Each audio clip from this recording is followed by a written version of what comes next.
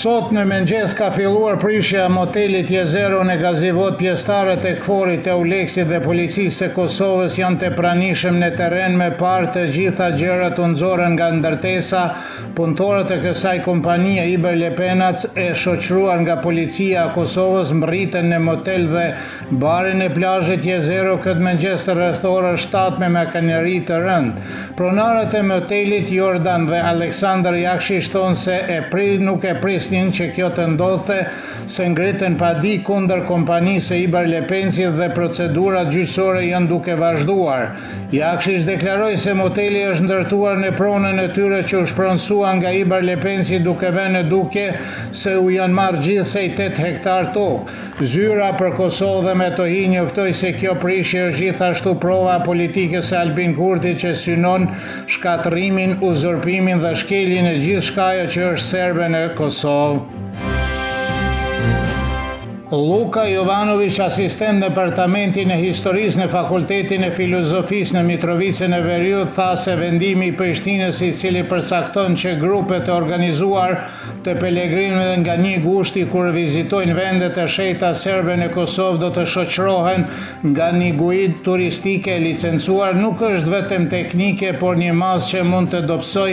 pozicionin e kishës ortodokse serbe dhe marrëdhëniet e saj me manastiret, raporton Radio Televizioni i Serbisë. Jovanović beson se rregullat e reja nuk duhet të shihen si një masë e rastësishme ose një zbatim ekskluziv teknik i rregulluar, por si një vendim i drejtuar kundër komunitetit serb dhe kishës ortodokse serbe.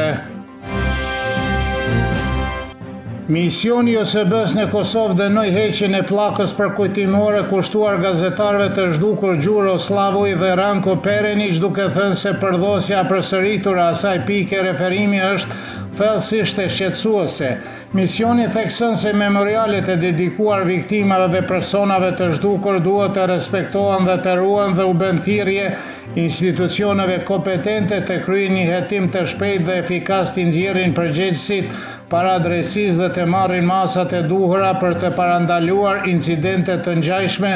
në të ardhmen. Pllaka përkujtimore kushtuar gazetarëve të rrëmbyer të Radio Prishtinës në rrugën drejt Hoqës së Madhe dhe zaçisht u rënua dje për herë të nëntë. Kryeprokurori i zyrës së prokurorit special të Kosovës Blerimi Sufaj tha se procesi identifikimit të mbetjeve mortore të gjetura në Kalludër në Zubin Potok do të kërkojë kohë, por se gjithë procedura do të kryhet përmes procedurave profesionale dhe të pavarura. Kryeministri në mandatin teknik Albin Kurti tha dje se supozohet se atje ndodhen mbetjet mortore të 23 intelektualëve shqiptar nga Mitrovica, të cilët u nisën për në mal të zi gjatë luftës dhe nuk mbriten atje kurrë.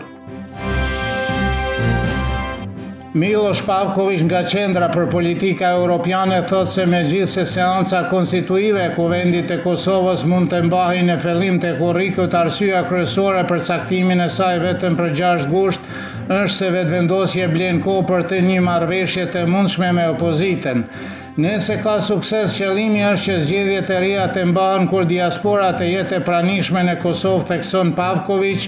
Fakti që seanca konstituive e Kuvendit të Kosovës u prit deri në momentin e fundit do të thotë se ndoshta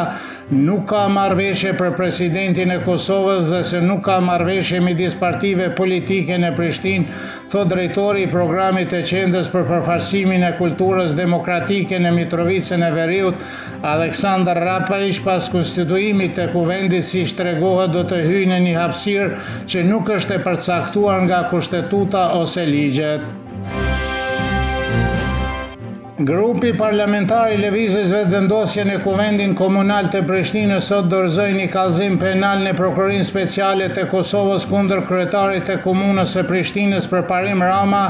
dhe zyrtarët e lartë e kabinetit të tij, duke i referuar një raporti anonim në të cilën ngrihet akuza për legalizimin e supozuar të paligjshëm të ndërtesave dhe shumave të mëdha parash. I pyetur nëse lëvizja vetëvendosje është e gatshme të mbajë përgjegjësi nëse rezulton se pretendimet nuk janë të vërteta, Abazia u përgjigj se e gjithë mund të shohin situatën në komunën e Prishtinës.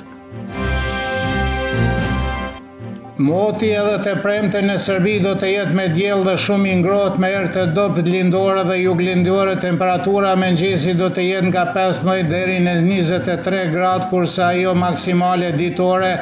nga 34 deri në 38 gradë Celsius. Në ditët në vijim temperaturat do të jenë deri në 40 gradë, prandaj Instituti